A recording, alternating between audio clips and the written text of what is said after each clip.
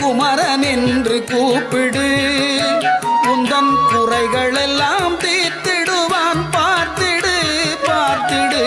குமரன் குமரன் குமரன் என்று கூப்பிடு. உந்தன் குறைகள் எல்லாம் தீர்த்திடுவான் பார்த்திடு பார்த்திடு. வேலன் வேலன் வேலன் என்று வேண்டிடு.